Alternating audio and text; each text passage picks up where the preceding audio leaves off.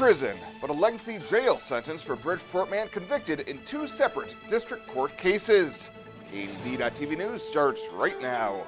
From your trusted source for news in western Nebraska and eastern Wyoming, this is KNEB.TV News. Presented by Platte Valley Companies, premier provider of financial services.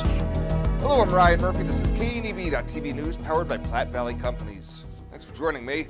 Our top story, a Morrill County man facing charges in 2 separate cases in district court has been sentenced this week in Morrill County District Court. 20-year-old David Sinks was facing 8 charges, including felony failure to render aid in connection to a 2021 injury accident. Additionally, he was facing 4 charges, including felony strangulation in a domestic assault case. In August, Sinks pleaded no contest to 5 misdemeanor charges, and this week he was sentenced to a total of 6 months in jail for the injury accident case and an additional 6 months in jail for the domestic assault case. District Judge Andrea Miller gave Sinks 25 days credit for time already served. Well, students from across the Panhandle got hands-on experience this week in an effort to open possible career paths. Aulex hosted their 5th annual Manufacturing Day event Wednesday. Human Resources Director Cheyenne Marcy tells KNEB News that approximately 130 students from all over the region convened on their Scottsbluff facility. And what they do is they learn about manufacturing. So they've gone through 3 of our shops, our truck, our trailer, and now our fab shop.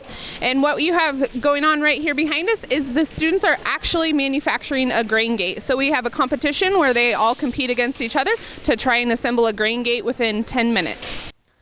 October is Manufacturing Month, and Marcy says that by exposing students to manufacturing at an early age, these young adults can realize good jobs are readily available here in the Panhandle. We'll have more news right after this.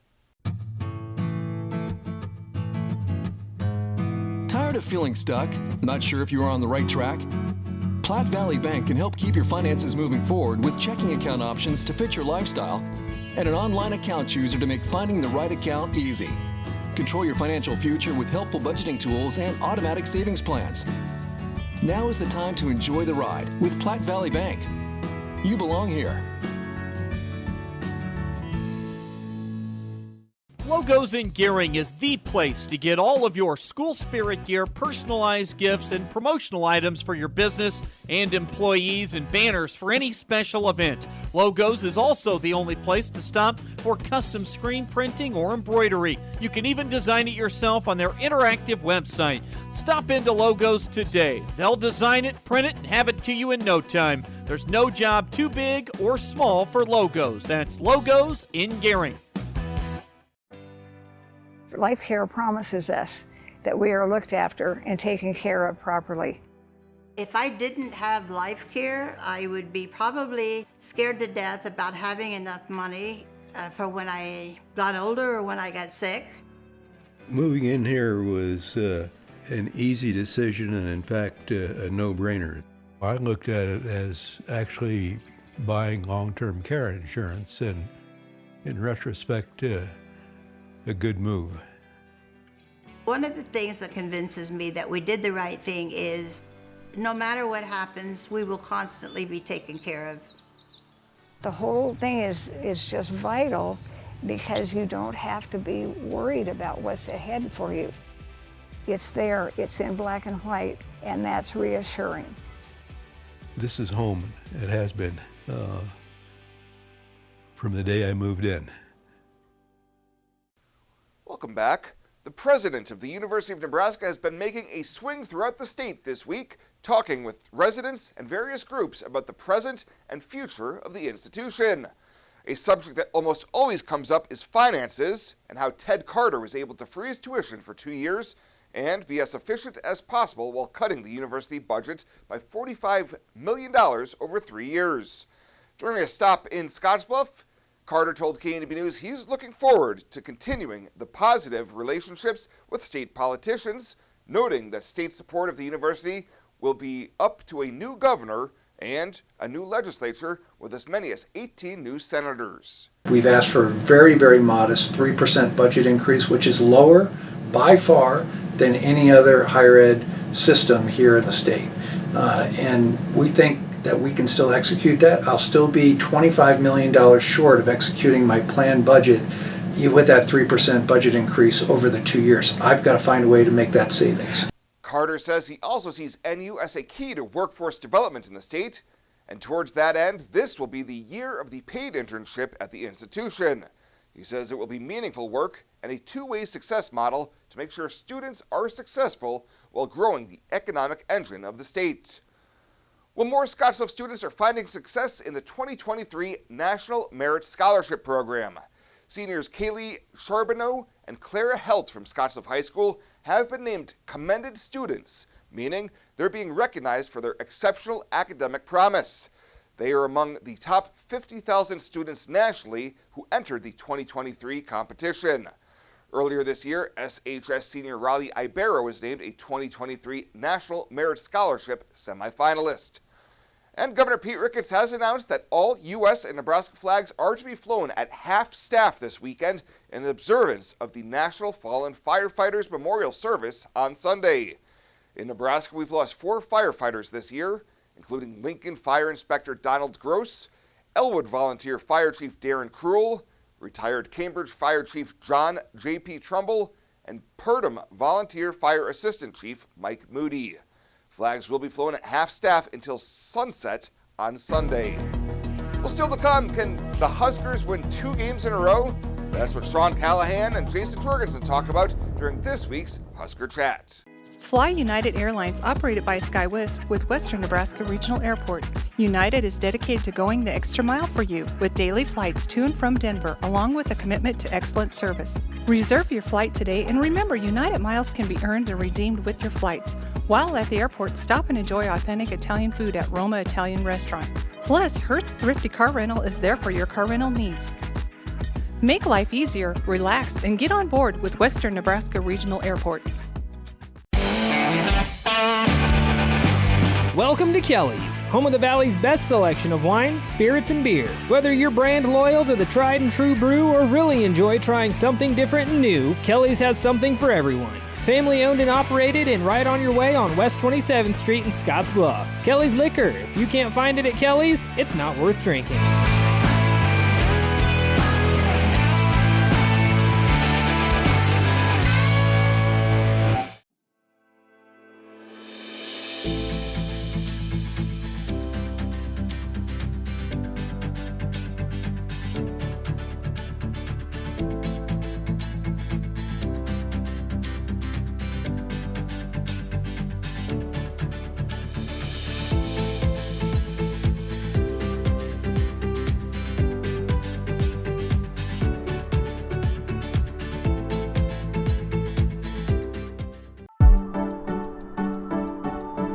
We do 2 pictures just like we've done in the past, one straight down and one from the side, but it's better in the fact that they're going to get called back less, there's greater accuracy, and it's a lot easier to find it in dense breasts. A woman should start getting their mammos at age 40 every year, and 1 in 8 people get breast cancer, so it's the best way to find it is early detection.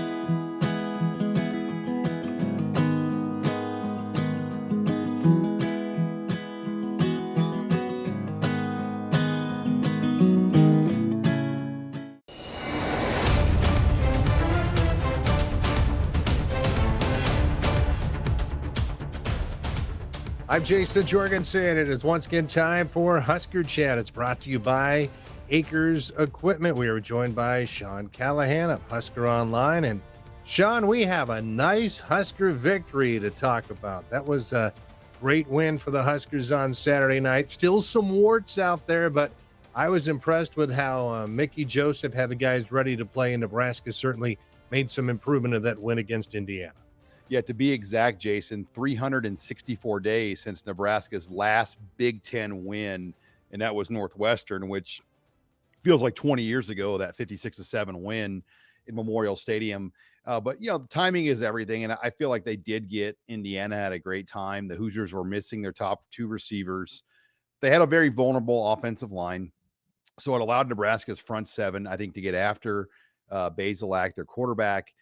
With a couple of those receivers out, I think Nebraska was much more aggressive with their man-to-man coverage, their press coverage, which we didn't really see a lot of, and they tackled better. All those things added up, but let's not kid ourselves. That second and third quarter, Nebraska had combined a little over 110 yards of total offense on nearly 30 plays. So there wasn't, there was a kind of a pillow fight period of that game that they had to get out of. And they did with a big play to Trey Palmer. And that was even dicey. It was a 3rd and 8 throw that Casey Thompson made there. And as we know, that's the play that really turned that game around. Also, they played better on special teams, or at least they got the special teams touchdown. And that has been a long time in coming. Yeah, 2 things. They got a special teams touchdown, which was the first time since on a block punt for the first time since 2009 Baylor. That was a 20-10 win in Waco. I was out there for that. It was Cody Green's first start. But they had their longest punt return, 22 yards, since the 2020 Purdue game. Cam Taylor-Britt had a 27-yard punt return in that game. So 2 things we just haven't seen a lot of the last couple of years, or several years in the punt block return. And they came up big. I mean, that even just the 22-yard punt return, that matters. It shortens your field considerably. It probably gets you closer to midfield versus the 35-yard line. And that's the difference in points on a lot of drives. It's funny that the things we used to take for granted are a big thing now with Husker football. And one of them was, you used to always rely on Nebraska. You just figured that Nebraska would win a close game and wear someone down in the fourth quarter. They finally did it. I thought it was interesting what Coach Joseph said this week. It's one thing to talk about it, but it's another thing to do it. And that win over Indiana has got to be a big shot of confidence. Yeah, the way they finished out the game, 2-score win, victory formation, doesn't get any better than that. The locker room scene that we saw after the game, there weren't a lot of long runs in that game, but there were a lot of just steady diets of 2 to 7 yard runs by Anthony Grant. And that's really all you need if you can consistently get them. And this offensive line hasn't been great for Nebraska, but they have been serviceable in the run blocking. And I think they came up big. Now, Grant would have liked to probably had maybe that big 40-yard type run to highlight his performance, because that was a very tough 32 carries that he had to really kind of put up the numbers he did. But Nebraska needed every one of those yards. Today on Husker Chat, we're joined by Sean Callahan with Husker Online. It's brought to you by Acres Equipment. Sean, you wrote about it a little bit, so I guess the big key now is, what does Nebraska do with this victory and this newfound momentum, and how do they put that all together and play? They'll probably have to play better than they did Saturday night to win at Rutgers. Yeah, they're favored on the road by 2.5 points right now. And it is crazy to think that this is the 5th time in 6 games Nebraska has been favored. And they're 2-3 on the year going into this game in New Jersey. So that they've got another great opportunity. I think the timing of the matchup is good because Rutgers is coming off physical games against Iowa 2 weeks ago. They lost, and then they lost handily to Ohio State. So I just think the timing really helps Nebraska playing this game, knowing that the Scarlet Knights have lost 2 pretty tough ones in a row. And, Friday night, I'm not expecting a raucous atmosphere out there. I think in that part of the country, a lot of people have things going on Friday nights. It's probably going to be pretty hard to get a huge crowd there versus, say, a Saturday at 3:30 in the afternoon. So I like the draw of the matchup. Maybe we will get more of a student presence, than normal with a Friday night game. But I think there's some things that you can draw from and say, you know what, this breaks well for Nebraska under these circumstances.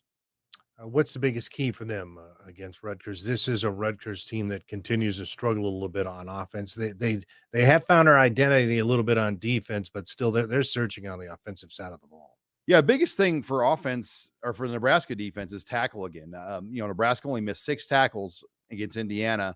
They were averaging close to 14 missed tackles per game in their previous 4 contests. So if they can have that kind of fundamental game again with improved tackle play and pass rush, getting their hands on a lot of balls in deflection and coverage, I like this matchup. I think it does really set up for the Huskers. They're going to need to protect Casey Thompson, though. The way that Rutgers is going to get after him, and I think that's the blueprint on Nebraska, bring the heat. Indiana blitzed Nebraska over half of their dropbacks. 17 of their 32 dropbacks, Indiana brought more than 4, which is a blitz. And I think for Nebraska, they've got to be ready for that again. The running backs did a really good job last week, picking up some of that pressure. They've really tried to overwhelm that right side of the line, particularly with Bryce Benhart there, and bring as much heat there, because that's been the vulnerable side. Turner Corcoran left that game, but they've got to keep Casey Thompson standing, as we know what he means to this offense. How do you feel Mickey Joseph's handling this interim coach position? I kind of like what I hear from him in the pressers. He's real direct. There's not a lot of fluff there. You guys ask him questions, and I think he gives you pretty direct answers. Yeah, he's very blunt. He's not going to say a lot that he shouldn't say. And, you never know how a coach is going to be, especially because Mickey, I felt like when he was assistant, he would say quite a bit. I think he's been a lot more calculated with what he says and how he says it. But the players really like him. You can sense that. And I'm not trying to, take a shot at Coach Frost, but you can just sense there's just a different feel with the guys and Mickey Joseph than it was a few weeks back with Coach Frost. All right. Well, we'll see how it shakes out. Boy, wouldn't it be something if Nebraska could win 2 in a row?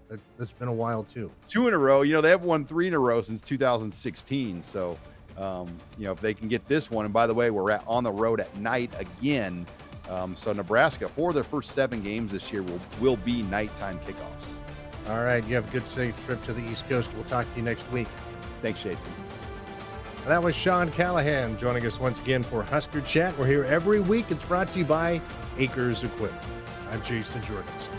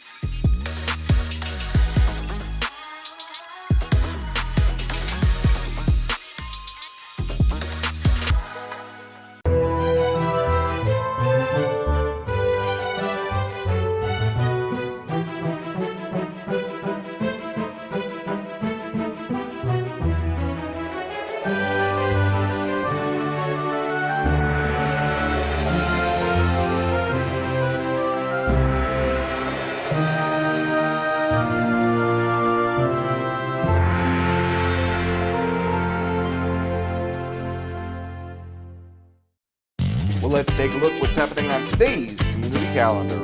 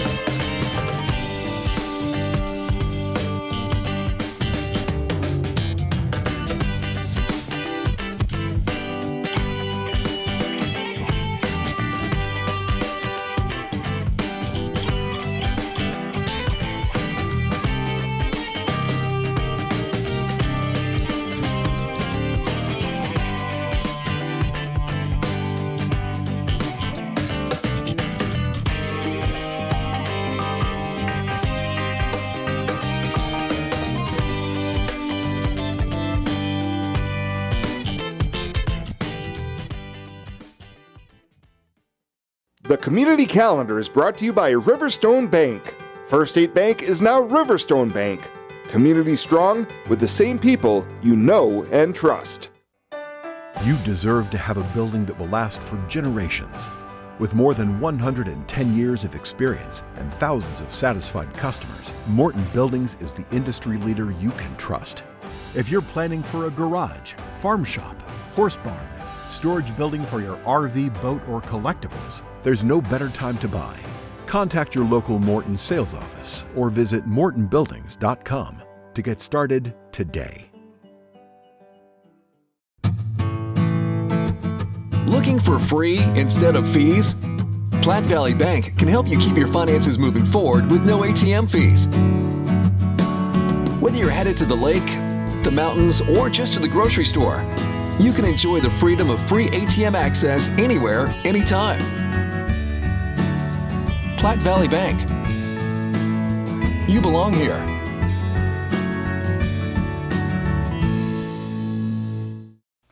And finally tonight, Fort Robinson State Park's Haunted Halloween is returning for its second year, this time at the park's parade ground and Buffalo Soldier Barracks. Throughout the evening, the park will offer free wagon rides and visitors can dine on chili soup and a roll for $5. The public is encouraged to serve trick-or-treaters candy from their vehicles, and attendees who arrive in costume may sign up for a chance to win a 2-night stay at one of the park's cabins that can sleep 6 people. The October 29th event is open to the public, but a Nebraska State Park permit entry is required for vehicles. Well, that does it for us this time. Thank you so much for tuning in. Have a great weekend. We'll see you back here on Monday.